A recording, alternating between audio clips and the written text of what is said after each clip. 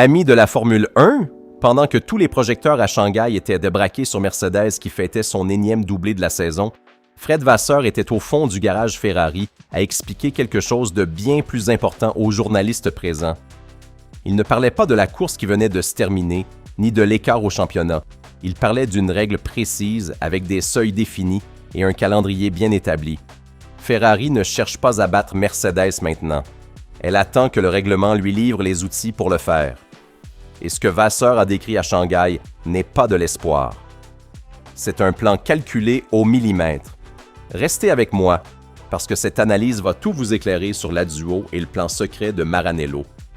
3 courses dans la saison 2026 et Mercedes les a toutes remportées. Australie, Sprint chinois et Grand Prix de Chine.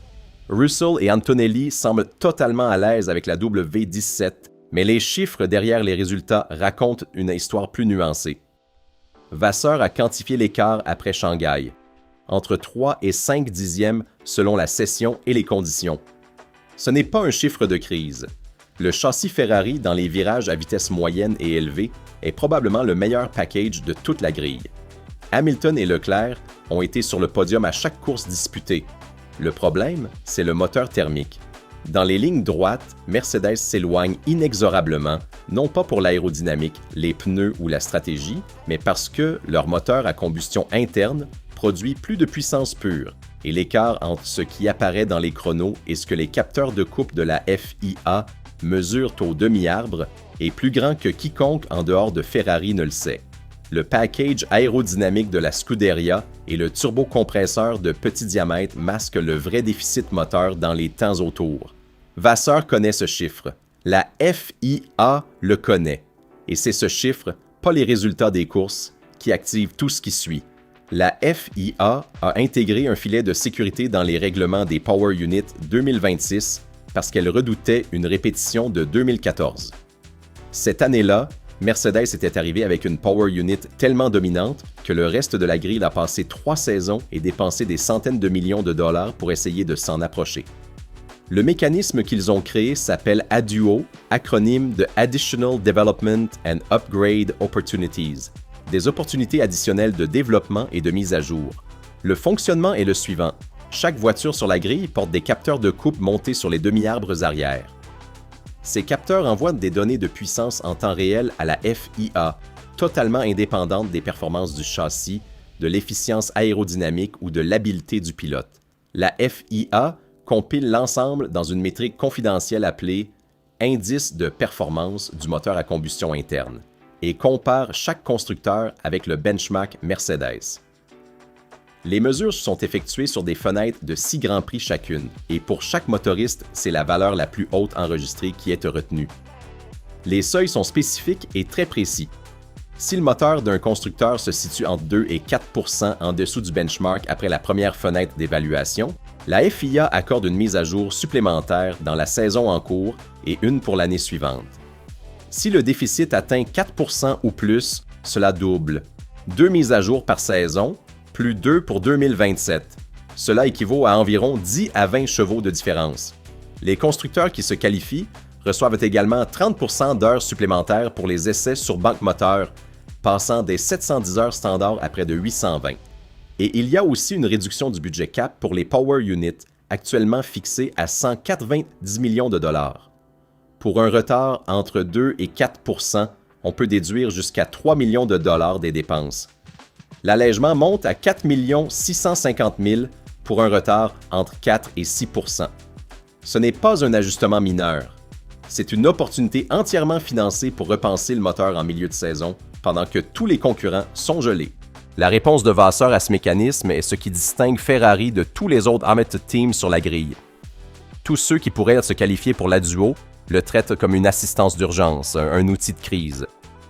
Vasseur le traite comme un rendez-vous programmé dans le calendrier. Il savait avant la saison que le moteur serait en retard. Il a tout planifié autour du moment où les règles lui livreraient les outils pour le corriger. Ce n'est-il pas pour rien que les Italiens appellent Vasseur il calcolatore. Après la Chine, il a dit quelque chose qu'aucun autre directeur d'équipe n'aurait jamais dit à voix haute. Il a confirmé qu'il s'attend à ce que Ferrari se qualifie pour la duo, que l'amélioration arrivera une fois le mécanisme activé, et il a dit aux ingénieurs du châssis de pousser sans compromis. Vasseur a déclaré qu'il n'est pas convaincu que la nouvelle règle sur le rapport de compression changera les choses beaucoup. L'adduo sera plus important et son introduction sera une opportunité pour Ferrari de combler l'écart. Ce que Ferrari compte faire avec la fenêtre adduo va bien au-delà de ce qu'imaginaient les architectes du règlement. Le département moteur sous Enrico Gualtieri ne prépare pas une mise à jour incrémentale. La Power Unit actuelle, désignée 067-6, est considérée comme une solution de transition sans marge de développement restante. Le projet original a souffert d'une estimation inexacte du potentiel calorifique de la chambre de combustion, un défaut hérité de l'ingénieur en chef original qui est depuis parti chez Audi.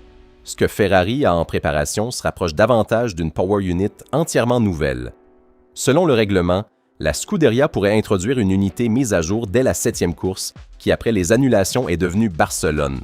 Mais il n'est pas exclu que la FIA maintienne l'échéance originale, permettant à Ferrari d'amener le nouveau moteur dès le Canada. L'unité mise à jour pourrait devenir opérationnelle au Grand Prix de Hongrie le 26 juillet. Ferrari entrerait dans la pause estivale comme une équipe fondamentalement différente de celle qui a entamé la saison. Il y a aussi une autre théorie intéressante qui circule dans le paddock. L'ingénieur Mazzola a déclaré qu'il croit que Mercedes court en masquant un peu la situation parce que pour eux, c'est trop facile d'exprimer la performance quand il le faut.